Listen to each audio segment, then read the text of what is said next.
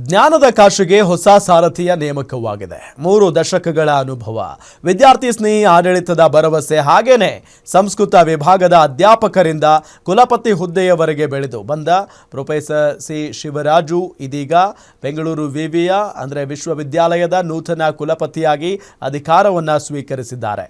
ಸಂಸ್ಕೃತದ ಶ್ಲೋಕಗಳಿಂದ ಆರಂಭವಾದ ಇವರ ಶೈಕ್ಷಣಿಕ ಪಯಣ ಇಂದು ಜ್ಞಾನ ಭಾರತೀಯ ಅತ್ಯುನ್ನತ ಪೀಠದವರೆಗೆ ಬಂದು ನಿಂತಿದೆ. ಹಾಗಾದರೆ ಹೊಸ ಕುಲಪತಿಗಳ ಆದ್ಯತೆಗಳೇನು, ಅವರ ಮುಂದಿನ ಸವಾಲುಗಳೇನು? ಇಲ್ಲಿದೆ ವಿಶೇಷ ವರದಿ.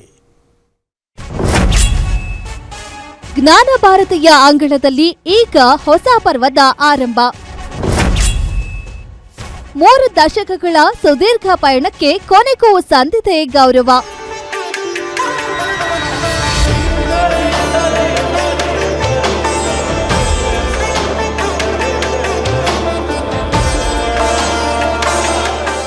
ಬೆಂಗಳೂರು ವಿಶ್ವವಿದ್ಯಾಲಯದ ಜ್ಞಾನ ಭಾರತಿ ಆವರಣದಲ್ಲಿ ಹೊಸ ಅಧ್ಯಾಯ ಆರಂಭವಾಗಿದೆ.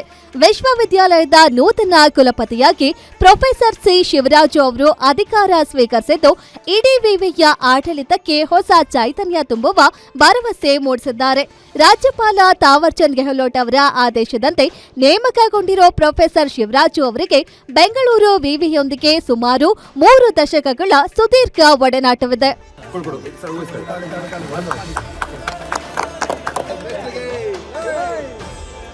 ಬೆಂಗಳೂರು ದಕ್ಷಿಣ ಜಿಲ್ಲೆ ಕನಕಪುರ ತಾಲೂಕಿನವರಾದ ಪ್ರೊಫೆಸರ್ ಸಿ ಶಿವರಾಜು ಅವರು ಹುಟ್ಟಿದ್ದು ಬಡ ಕುಟುಂಬದಲ್ಲಿ.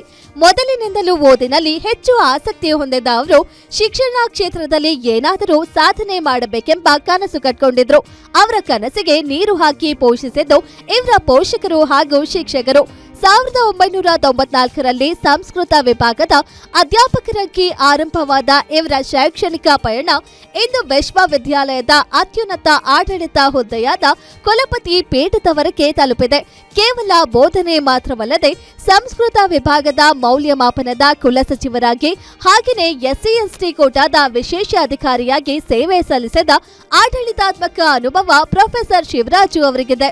ಅದೇ ಆ ವಿಶ್ವವಿದ್ಯಾಲಯದಲ್ಲಿ ನಾನು ಅಲ್ಲೇ MA ಮಾಡಿದನು, ಸ್ಟೂಡೆಂಟ್ ಆಗಿದ್ದೆ ಅಲ್ಲೇ. ಮತ್ತು ನನಗೆ PhDನೂ ಅಲ್ಲೇ ಮಾಡಿದೆ. ಜಾಬು ಕೂಡ 94ರಲ್ಲಿ ಅಲ್ಲೇ ಜಾಬ್ ಆಯಿತು. ಅಸೋಸಿಯೇಟ್ ಪ್ರೊಫೆಸರ್ ಆಗಿದ್ದೀನಿ.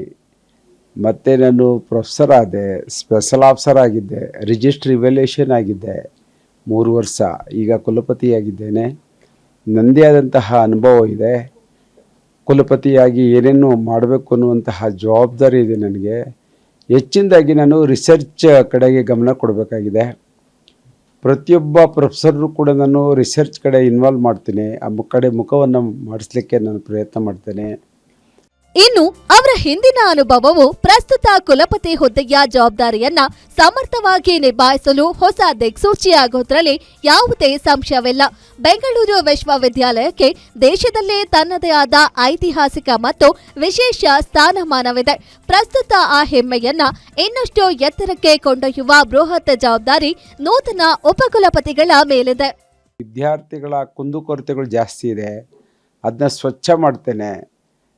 ಮತ್ತು ನನಗೆ ಶೈಕ್ಷಣಿಕವಾಗಿ ಇವತ್ತು ಏನು AI ಬಂದಿದೆ ಅದನ್ನ ನಾನು ಇಂಟ್ರೊಡ್ಯೂಸ್ ಮಾಡಬೇಕು ಅನ್ನುವಂತಹ ಕನಸನ್ನು ಹೊತ್ತಿದ್ದೇನೆ.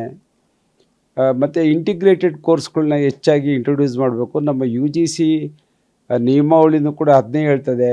ಬೇರೆ ಬೇರೆ ವಿಷಯಗಳನ್ನು ಒಂದು ಕಡೆ ಸೇರಿಸಿ ಇಂಟಿಗ್ರೇಟೆಡ್ ಮಾಡಬೇಕು ಅನ್ನುವಂತಹ UGC ನಿಯಮಗಳೇನಿದೆ ಅದ್ರ ಪ್ರಕಾರ ಇವತ್ತೇನು ಆಧುನಿಕ ಇದರೊಳಗೆ AI ಬಂದಿದೆ ಅದನ್ನ ಪ್ರತಿಯೊಂದು ಸಬ್ಜೆಕ್ಟ್ನಲ್ಲೂ ಕೂಡ AIನ ಇಂಟ್ರೊಡ್ಯೂಸ್ ಮಾಡಿ ಮಕ್ಕಳಿಗೆ ಉದ್ಯೋಗವನ್ನು ಕಲ್ಪಿಸುವಂತಹ ಜಾಬ್ ಓರಿಯೆಂಟೆಡ್ ಕೋರ್ಸ್ಗಳನ್ನ ತಂದಾಗ ಮಾತ್ರ ನಮ್ಮ ವಿದ್ಯಾರ್ಥಿಗಳಿಗೆ ಹೆಚ್ಚು ಅನುಕೂಲ ಆಗುತ್ತೆ ಎನ್ನುವಂತಹ ಸೂಕ್ಷ್ಮತೆ ನನಗೆ ಗೊತ್ತಿದೆ. ಬೆಂಗಳೂರು ವಿವಿಯ ರಾಷ್ಟ್ರೀಯ ಹಾಗೂ ಅಂತಾರಾಷ್ಟ್ರೀಯ ಶೈಕ್ಷಣಿಕ ಮನ್ನಣೆಯನ್ನ ಮತ್ತಷ್ಟು ಎತ್ತರಕ್ಕೆ ಕೊಂಡೊಯ್ಯುವ ಸಂಕಲ್ಪ ವ್ಯಕ್ತಪಡಿಸಿದಲ್ಲದೆ ಗುಣಮಟ್ಟದ ಶಿಕ್ಷಣ, ಹೊಸ ಬಗೆಯ ಸಂಶೋಧನೆ, ವಿದ್ಯಾರ್ಥಿ ಸ್ನೇಹಿ ಕ್ಯಾಂಪಸ್ ಮತ್ತು ಸಿಬ್ಬಂದಿ ಕಲ್ಯಾಣಕ್ಕೆ ತಮ್ಮ ಆಡಳಿತದಲ್ಲಿ ಮೊದಲ ಆದ್ಯತೆ ನೀಡುವ ಸಾಧ್ಯತೆ ಇದೆ. ರಾಜ್ಯ ಸರ್ಕಾರ ಮತ್ತು ಕೇಂದ್ರ ಸರ್ಕಾರಗಳಿಂದ ಹೆಚ್ಚು ಹಣಕಾಸಿನ ಸೌಕರ್ಯವನ್ನು ಪಡಿಬೇಕಾಗಿದೆ.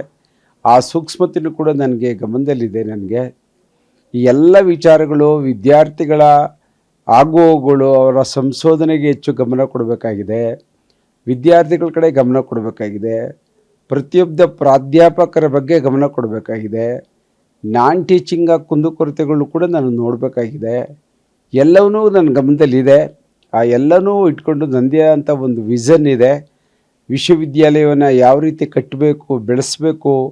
ಯಾಕೆಂದರೆ ನನಗೆ 33 ವರ್ಷಗಳ ಕಾಲ ಆ ಜ್ಞಾನ ಭಾರತಿ ನನಗೆ ಊಟವನ್ನು ಹಾಕಿದೆ. ಅದನ್ನು ನಾನು ಉಳಿಸಿ ಬೆಳೆಸಬೇಕನ್ನುವಂತಹ ಕನಸನ್ನು ಹೊತ್ತಿದ್ದೇನೆ. ಕನಸನ್ನು ಹೊತ್ತಿ ನನಗೆ ಕುಲಪತಿ ಆಗಲಿಕ್ಕೆ ಈ ರಾಜ್ಯ ಸರ್ಕಾರ ಒಂದು ಜವಾಬ್ದಾರಿಯನ್ನು ಕೊಟ್ಟಿದೆ. ಅದನ್ನ ಚಾಚು ತಪ್ಪಾಗಿ ಹಗಲು ರಾತ್ರಿ ನಾನು ಕೆಲಸವನ್ನು ಮಾಡ್ತೇನೆ. 3 ದಶಕಗಳ ಸುದೀರ್ಘ ಅನುಭವ, ಆಡಳಿತದ ಮೇಲಿನ ಹಿಡಿತ, ಶೈಕ್ಷಣಿಕ ಕ್ಷೇತ್ರದ ಆಳವಾದ ಅರಿವು ಇವೆಲ್ಲದರೊಂದಿಗೆ ವಿಶ್ವವಿದ್ಯಾಲಯದ ಚುಕ್ಕಾಣಿ ಹಿಡಿದಿರುವ ಪ್ರೊಫೆಸರ್ ಸಿ ಶಿವರಾಜು ಅವರ ನಾಯಕತ್ವದಲ್ಲಿ ಬೆಂಗಳೂರು ವಿಶ್ವವಿದ್ಯಾಲಯ ಹೊಸ ಶೈಕ್ಷಣಿಕ ಮೈಲುಗಲ್ಲುಗಳನ್ನು ಸ್ಥಾಪಿಸುವತ್ತ ಮುನ್ನುಗ್ಗುವುದರಲ್ಲಿ ಯಾವುದೇ ಅನುಮಾನವಿಲ್ಲ. Ullas S Kiruvase, guarantee news, Bengaluru.